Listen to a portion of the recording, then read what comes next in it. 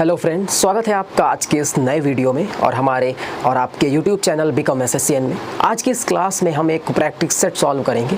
देखिए, जो आप टॉपिक्स पढ़ते हैं उनमें तो आप अलग अलग क्लासेस में अलग अलग टॉपिक्स का अध्ययन करते हैं, लेकिन जो प्रैक्टिस सेट होता है उसमें आप सभी तरह के क्वेश्चंस, पूरे जितने भी सेगमेंट से इंग्लिश में क्वेश्चन पूछे जाते हैं, सभी से आप रिलेटेड जो भी क्वेश्चंस होते हैं उनको आप पढ़ते हैं। तो आज की इस क्लास में, आज के इस वीडियो में हम जानेंगे कि किस तरह से क्वेश्चंस पूछे जाते हैं, किस तरह से हमें एलिमिनेट करना है, यानी किस तरह से हमको एक इंग्लिश के पेपर को सॉल्व करना है। तो इस वीडियो को लास्ट तक ज़रूर देखिएगा। 25 क्वेश्चंस हैं और ज़्यादा बड़ी क्लास नहीं होगी ये। तो चलिए फिर चलते हैं पहले क्वेश्चन की ओर। तो देखते हैं स्क्रीन में जो पहला क्वेश्चन है। देखिए, ये जो क्वेश्चन है ये प्रीवियस ईयर क्वेश्चन ही है और अभी जो MTS 2023 में एग्ज़ाम हुआ है उसका ये पेपर है, यानी आप ये समझिए कि 25 क्वेश्चंस वहीं से लिए गए हैं। तो चलिए पहला क्वेश्चन जो देखते हैं वो देखते हैं कि पहला जो क्वेश्चन है वो है सेंटेंस इम्प्रूवमेंट का। यानी इसमें ये होता है कि एक सेंटेंस आपको दिया होता है और इस सेंटेंस में आपको एक पार्ट अंडरलाइन करके दिया होता है। उस पार्ट में अगर कोई एरर हो या कुछ ऐसा हो कि जिसको सब्स्टिट्यूट करके आप दूसरा सेंटेंस लिख सकते हैं, तो वहाँ पर 4 ऑप्शन आपको दिए गए हैं। तो उन्हीं ऑप्शंस में से सिलेक्ट करके आपको एक ऑप्शन उसमें रखना है। तो चलिए देखते हैं क्वेश्चन को। With all their little comforts destroyed, the survivors were thrown still farther back into barbarism। यानी आप इस क्वेश्चन में देख पा रहे होंगे कि जो क्वेश्चन है इसमें जो अंडरलाइन पार्ट है वो है still farther back into barbarism. देखिए, अगर आप ये सोचें कि जो ऑप्शंस हमारे दिए गए हैं इनमें बैक फॉर और फार्दर इनटू करके दिया है, तो सबसे पहले आपकी जानकारी के लिए बता दें कि बैक इनटू जो फ्रेजल वर्ब होती है उसका मतलब होता है moving with the rear part forward, यानी धकेल देना पिछले किसी पास्ट को लेकर के इसका सेंस बनता है। और जो यहाँ पे आप देख पा रहे होंगे फर्दर और फार्दर का जो कॉन्सेप्ट है उसके बारे में अगर हम बात करें तो फर्दर मीन्स होता है when discussing a symbolic distance. देखिए, जब भी आप किसी सिंबॉलिक डिस्टेंस के बारे में बात करते हैं तब हम फर्दर का यूज करते हैं, और जो फार्दर का यूज करते हैं तो वो जब हम डिस्कस करते हैं एक फिजिकल डिस्टेंस के बारे में, तब हम उसके बारे में बात करते हैं। तो यहाँ पर आप फर्दर और फार्दर कई बार ये स्पॉट द एरर में और कई जगह भी ये क्वेश्चंस पूछे जाते हैं, तो इसको भी आप माइंड में रखिए।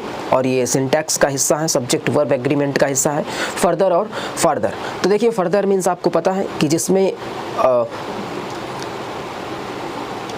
फर्दर मीन्स आपको पता है जिसमें एक सिंबॉलिक डिस्टेंस की बात की जाती है उसको हम फर्दर, और जिसमें हम एक फिजिकल डिस्टेंस की बात करते हैं उसमें हम फार्दर की बात करते हैं। तो ये जो सेंटेंस लिखा है इसकी जो हिंदी है वो है कि उनकी सभी छोटी छोटी सुख सुविधाएं नष्ट हो गई और बचे हुए लोगों को और भी पीछे बर्बरता की ओर धकेल दिया गया। तो यानी बर्बरता की ओर धकेल दिया गया, इसका ये मतलब है कि कोई बर्बरता से पीछे धकेल देना, इसकी कोई दूरी तो है नहीं कि बर्बरता से 5 किलोमीटर पीछे धकेल दिया गया, ऐसा नहीं। एक सिंबॉलिक मीनिंग ली गई है यहाँ पे। तो आप ये समझिए कि यहाँ पे फर्दर ही यूज होगा। तो जब आप इसमें फर्दर यूज करेंगे तो आप ये देखेंगे कि हमको किस ऑप्शन के साथ जाना चाहिए। तो देखिए, इसमें फार्दर लिखा है, हम पेन सेलेक्ट कर लेते हैं। तो इसमें हम ब्लू कर लेते हैं पेन को, और ये आप देख पा रहे होंगे कि यहाँ पे फार्दर लिखा है। तो नो इम्प्रूवमेंट रिक्वायर्ड, यानी इम्प्रूवमेंट तो होगा। तो फर्स्ट ऑप्शन आपका एलिमिनेट हो जाएगा। उसके बाद जो सेकंड ऑप्शन है तो still further back for barbarism लिखा है, तो इसमें फर्दर बैक फॉर, तो बैक फॉर होगा नहीं, तो ये यहाँ पे एलिमिनेट हो गया। उसके बाद जो तीसरा ऑप्शन है तो हमने कहा फर्दर लगेगा और बैक इनटू बिल्कुल सही है, तो यहाँ पे तीसरा ऑप्शन ही बिल्कुल करेक्ट होना चाहिए। तो तीसरा ऑप्शन बिल्कुल सही है, still further back into barbarism. और जो चौथा ऑप्शन है इसमें फार्दर दिया है, तो इससे हमारा कोई वास्ता नहीं है। तो यहाँ पे इस तरह से तीसरा जो ऑप्शन है वो यहाँ पे सही होता है। तो ऐसे आप क्वेश्चंस में ऑप्शन को एलिमिनेट करके आंसर दे सकते हैं। उसके बाद जब हम नेक्स्ट क्वेश्चन की बात करेंगे, अब इसमें देखिए साइनोनिम पूछा गया है।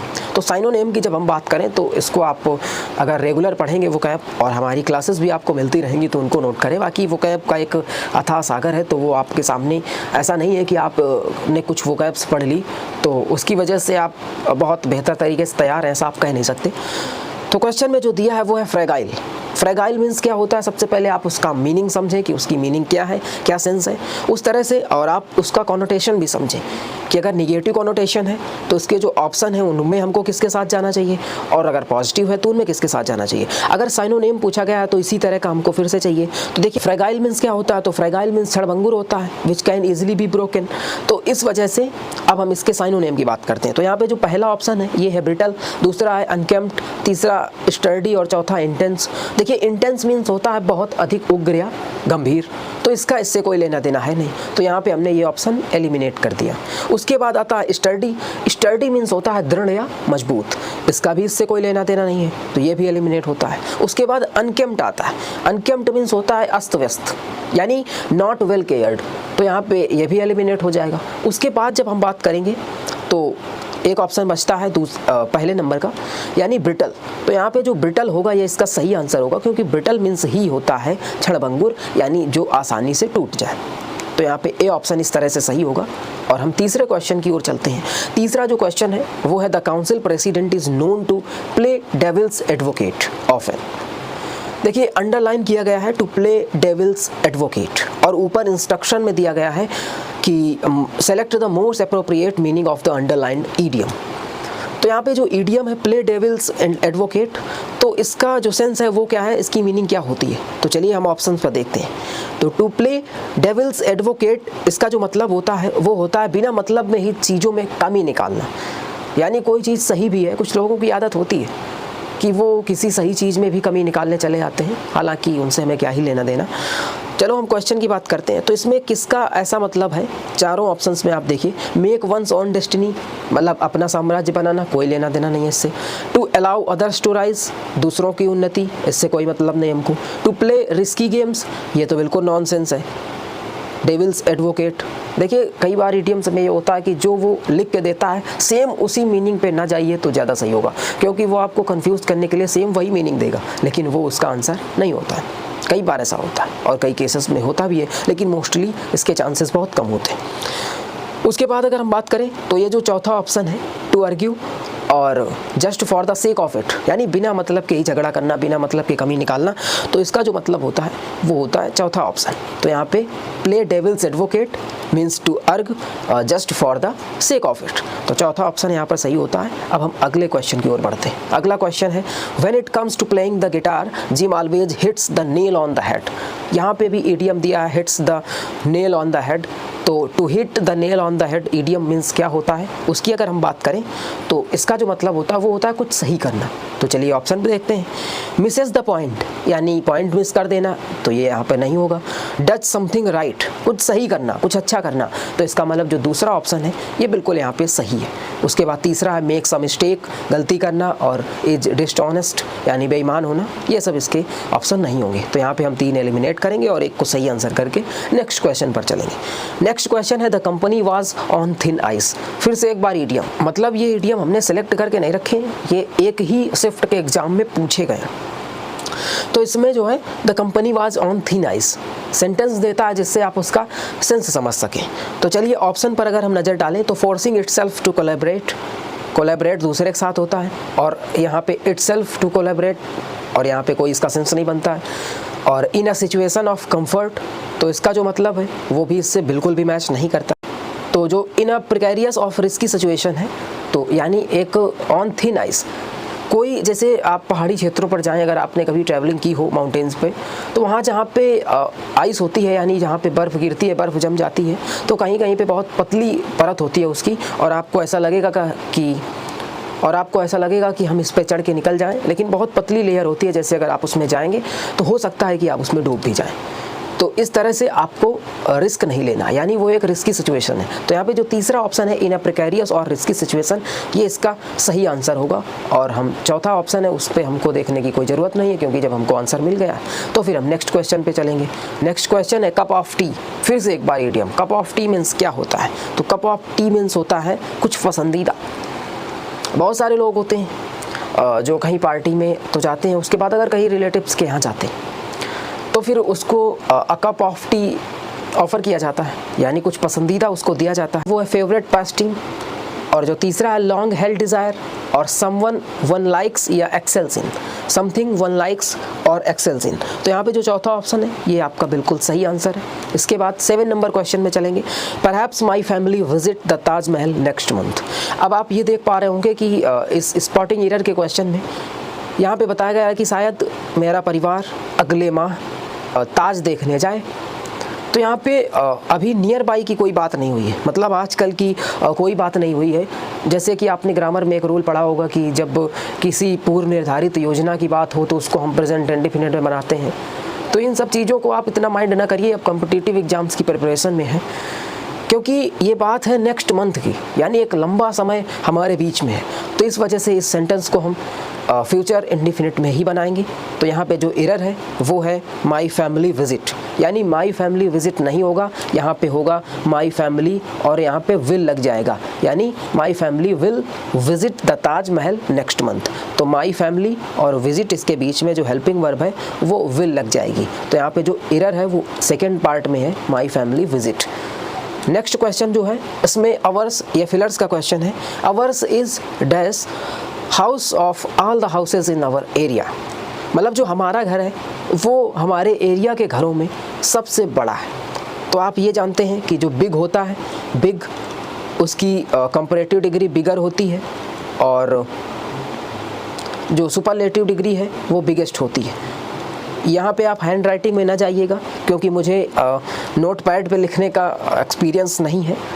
तो कॉपी में लिखना और नोट पैड में लिखना बहुत बड़ा डिफरेंस होता है, तो इस वजह से आप समझने के लिए काफ़ी है, बाकी आप मेरी वॉइस से समझ सकते हैं। तो जो पहला ऑप्शन है द मोर बिगर, इसका कोई सेंस नहीं होता है, क्योंकि बिगर अपने आप में एक कंपैरेटिव डिग्री है, उसके साथ मोर लगेगा नहीं, तो ये बिल्कुल नॉनसेंस है। द बिगर होता नहीं है, क्योंकि जब दो चीज़ों की बात होती है तब द बिगर होता है, ऑफ द टू वाला जो फॉर्मेट होता है। उसके बाद द मोस्ट बिगेस्ट, तो यहाँ पे दो सुपरलेटिव डिग्री से एक साथ आएंगी नहीं। उसके बाद चौथा ऑप्शन है द बिगेस्ट, यही इसका बिल्कुल सही आंसर है, यानी हमारा घर हमारे एरिया के घरों में सबसे बड़ा है।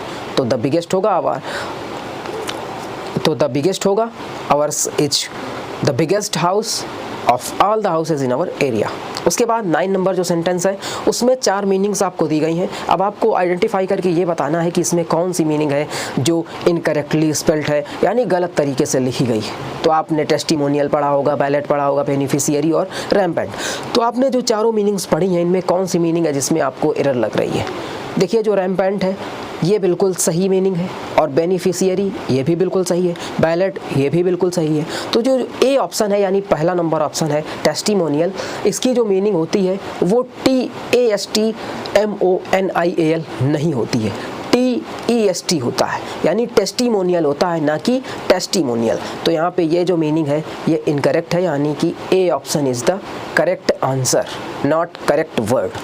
तो ए ऑप्शन क्लिक करके हम आगे बढ़ जाएंगे। अगला जो 10 नंबर क्वेश्चन है वो है early childhood experiences have dash impact on brain development affecting learning, health, behaviour and ultimately productivity and income. तो देखिए, जो अर्ली चाइल्डहुड एक्सपीरियंसेस होते हैं, पहले जो बचपन वाले एक्सपीरियंसेस होते हैं वो कैसा प्रभाव रखते हैं ब्रेन में, कैसा प्रभाव विकसित करते हैं, जो कि हमारी लर्निंग, हेल्थ, बिहेवियर और अल्टीमेटली प्रोडक्टिविटी और इनकम पर भी एक कैसा प्रभाव डालते हैं, इसकी बात की गई है। फिलर्स का क्वेश्चन है, चलिए अब देखते हैं। पहला जो ऑप्शन है वो है परफेक्ट। देखिए, जब हम चाइल्डहुड में होते हैं, यानी अपने बचपने में होते हैं, आपको याद होगा अपना बचपना, तब हमारा दिमाग इतना विकसित नहीं होता है कि किसी चीज़ का हमारे ऊपर परफेक्ट प्रभाव पड़े, यानी बिल्कुल एक्यूरेट प्रभाव पड़े कि कोई चीज़ हो उसको बिल्कुल हम बहुत अच्छी तरह से परफॉर्म कर पाएँ, इम्प्लीमेंट कर पाएँ, ऐसा नहीं होता है। तो यहाँ पे आप ये देख पाएंगे कि परफेक्ट जो ऑप्शन है ये इसका आंसर नहीं हो सकता। उसके बाद जो दूसरा ऑप्शन है बेसिक, देखिए बेसिक मीन्स होता है तो जो बचपन की चीज़ें होती हैं, बचपन में जो संस्कार बच्चों को सिखाए जाते हैं वो आगे तक भी काम आते हैं। तो इस वजह से इसको हम बेसिक इम्पैक्ट नहीं कह सकते, वो एक स्पेशल इम्पैक्ट होता है। चलिए, लेकिन हम इसके ऑप्शन पर जाके क्लिक करेंगे कि कौन सा इफेक्ट होगा, तो बेसिक इफेक्ट तो होगा नहीं, क्योंकि बचपन में जो चीज़ें सिखा दी जाती हैं वो बहुत लंबे समय तक चलती हैं। और एक बेस उनका मजबूत होता है, लेकिन इनको हम बेसिक नहीं कह सकते, ये बहुत स्पेशल चीज़ें होती हैं। तो बेसिक और सुपरफिशियल ये अपने आप में साइनोनिम्स हैं, तो ये दोनों ऑप्शन भी नहीं होंगे। जो चौथा है प्रोफाउंड, देखिए प्रोफाउंड मीन्स जो है, तो प्रोफाउंड मीन्स होता है गहरा। तो जो अर्ली चाइल्डहुड एक्सपीरियंसेस हैं वो एक गहरा प्रभाव डालते हैं हमारे मस्तिष्क में, यानी प्रोफाउंड इसका सही आंसर होगा। उसके बाद नेक्स्ट जो क्वेश्चन है वो है he was admired for introducing welfare programs, यानी 11 नंबर क्वेश्चन जो कि एंटोनेम पूछ रहा है और वो भी एडमायर्ड का, इसने अंडरलाइन किया हुआ है। तो एडमायर मीन्स होता है प्रशंसा करना। अब इसकी जो मीनिंग है वो आपको पता चल गई, प्रशंसा करना, अप्रिसिएट करना, तो आप ऑप्शन एलिमिनेट करेंगे। देखिए सक्सीडेड मीन्स होता है सफल हुआ, तो इसका कोई सेंस बनता नहीं है, तो ये एलिमिनेट हो गई यहाँ पे। अप्रिसिएटेड यानी प्रशंसा करना, ये साइनोनेम है। कॉन्फेस यानी एडमिट यानी स्वीकार करना, तो ये भी कोई मतलब नहीं रखता है यहाँ पे। और जो चौथा नंबर ऑप्शन है डिस्पाइस मीन्स होता है घृणा करना, आलोचना करना, तो यहाँ पे जो इसका सही एंटोनेम है वो है डिस्पाइस्ड, ये एकदम करेक्ट आंसर है। 12 नंबर जो क्वेश्चन है इसमें फिर से आपके सामने सेम क्वेश्चन, यानी कि इनकरेक्टली स्पेल्ड वर्ड आपको देखना है और 4 ऑप्शन आपके पास हैं, क्वे, राइम, सक्सेसफुल और रेलेवेंट। तो चलिए देखते हैं। ये जो क्वे लिखा है क्वे, इसको आप अलग अलग तरीके से पढ़ सकते हैं, क्योंकि जो जैसे याद रख पाता उसको वो उसी तरह से पढ़ता है। तो देखिए इसका जो मतलब होता है वो होता है अ लाइन ऑफ पीपल और व्हीकल वेटिंग फॉर समथिंग।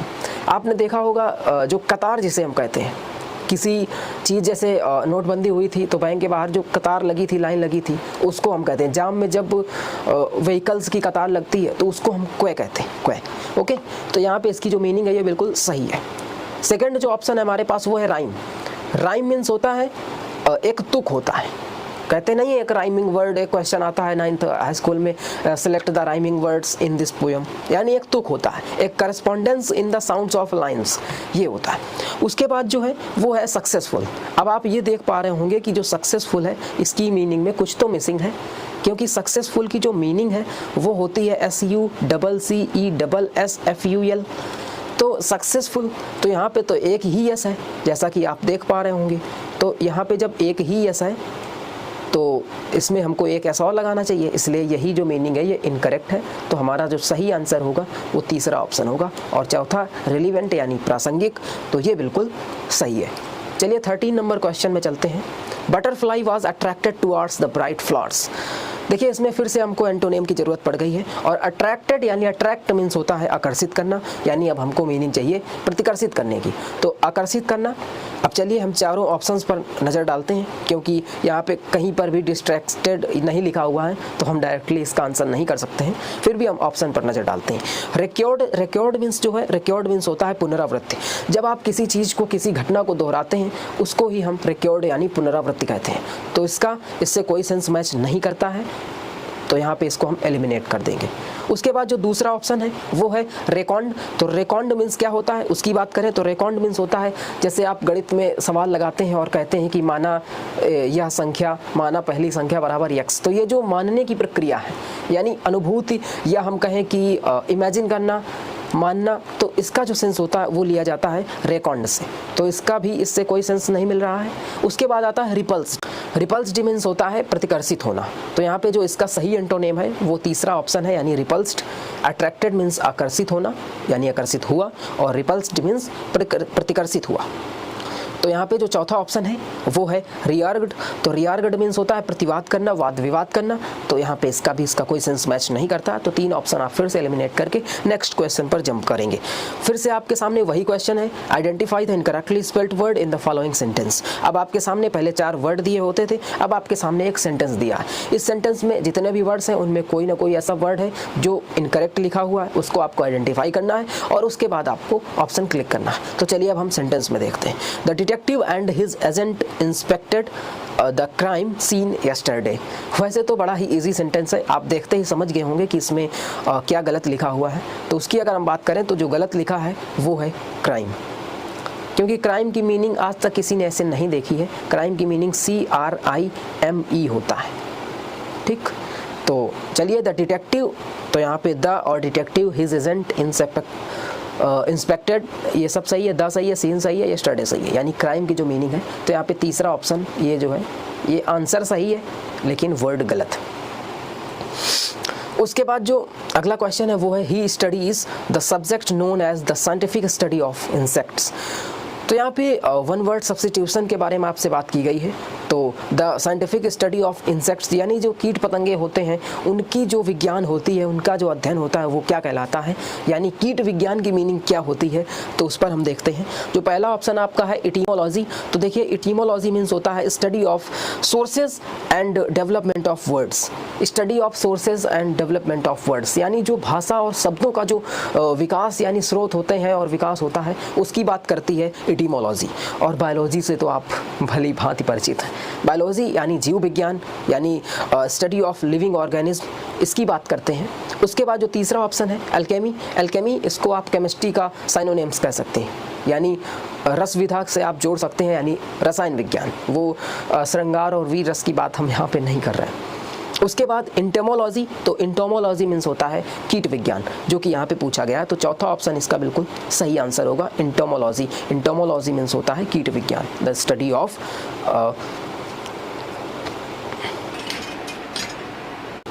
अगला 16 नंबर क्वेश्चन है, फिर से स्पॉटिंग एरर का क्वेश्चन है। Please explain me how this plan did not work.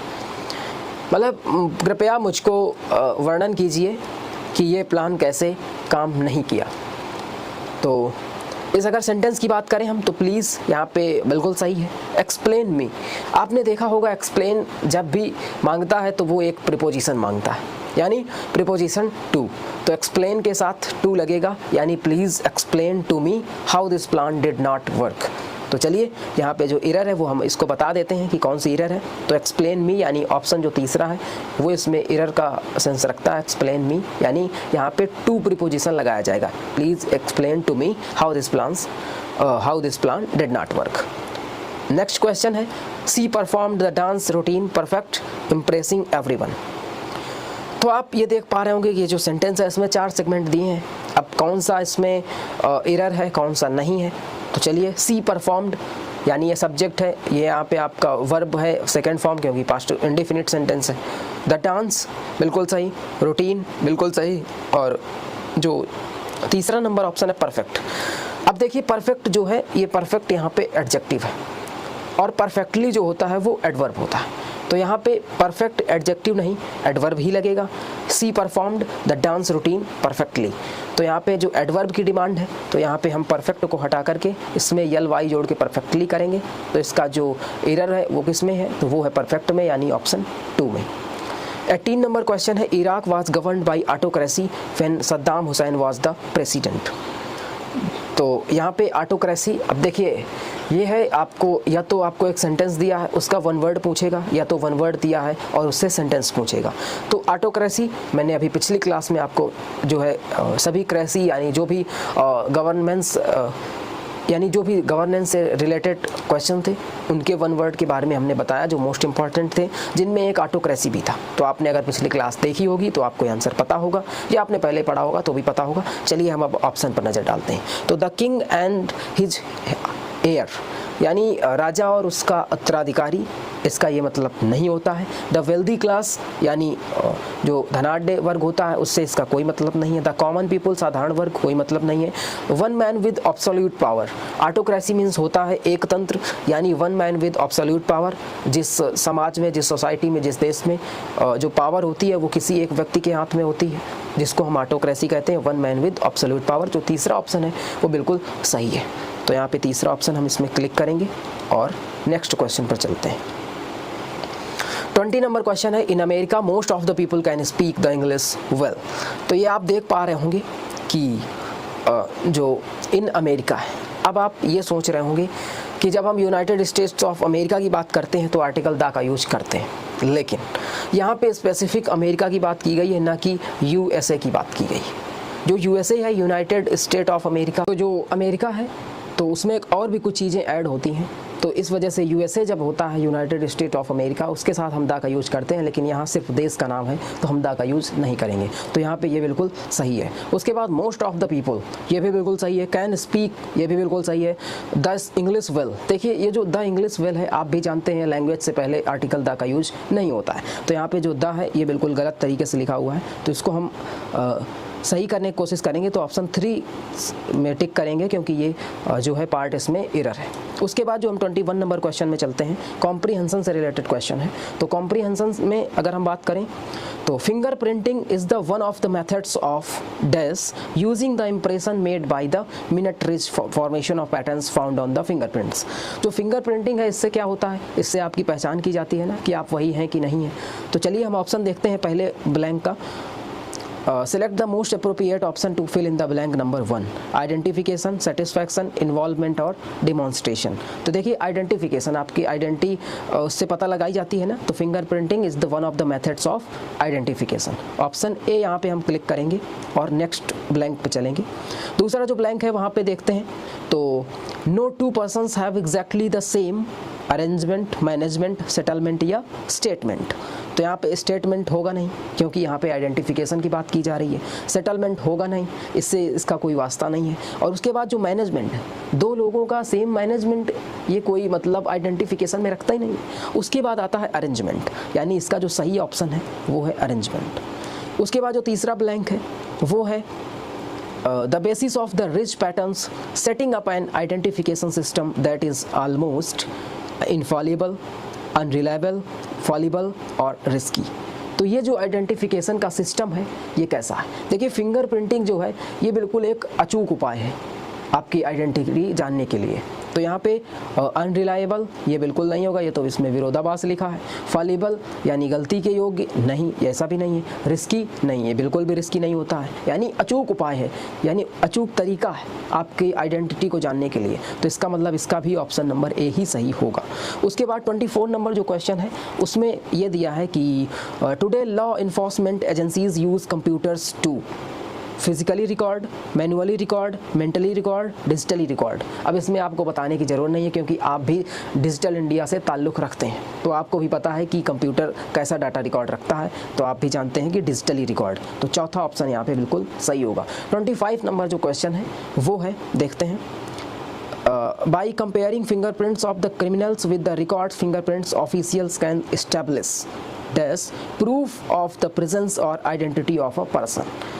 तो प्रोविजनल, डाउट, एब्सोल्यूट या अनकन्फर्म्ड। तो अगर हम इसकी बात करें तो प्रोविजनल नहीं, प्रांतीय की बात कुछ नहीं हो रही है यहाँ पे, इसका कोई सेंस बनता नहीं है। और डाउट संदेहपूर्ण नहीं, ये बिल्कुल अचूक तरीका, बिल्कुल एग्जैक्ट, एकदम फिट तरीका, स्वतंत्र तरीका है, तो ये डाउट यहाँ पे नहीं होगा। और अनकन्फर्म्ड नहीं, वही तो मैं बता रहा हूँ कि ये बिल्कुल एक ऐसा तरीका है जिसका कोई आप ये कह सकते हैं यूनिक है बस।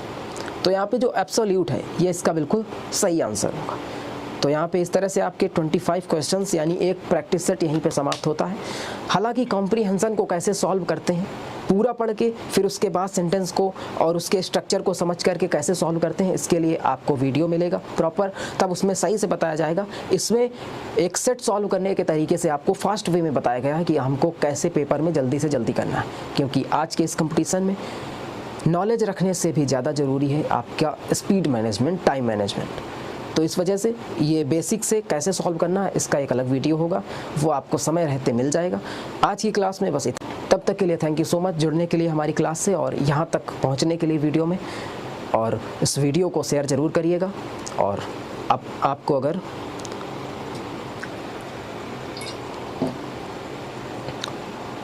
आपके लिए बेनिफिशियल हो तो चैनल को सब्सक्राइब जरूर कर लीजिएगा, तभी आपका जो सपोर्ट है वो हमको मोटिवेशन देता है।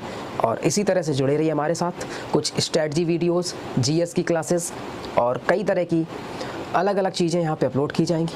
इंग्लिश की क्लासेस भी आपको मिलती रहेंगी। तो इसके साथ finally thank you so much.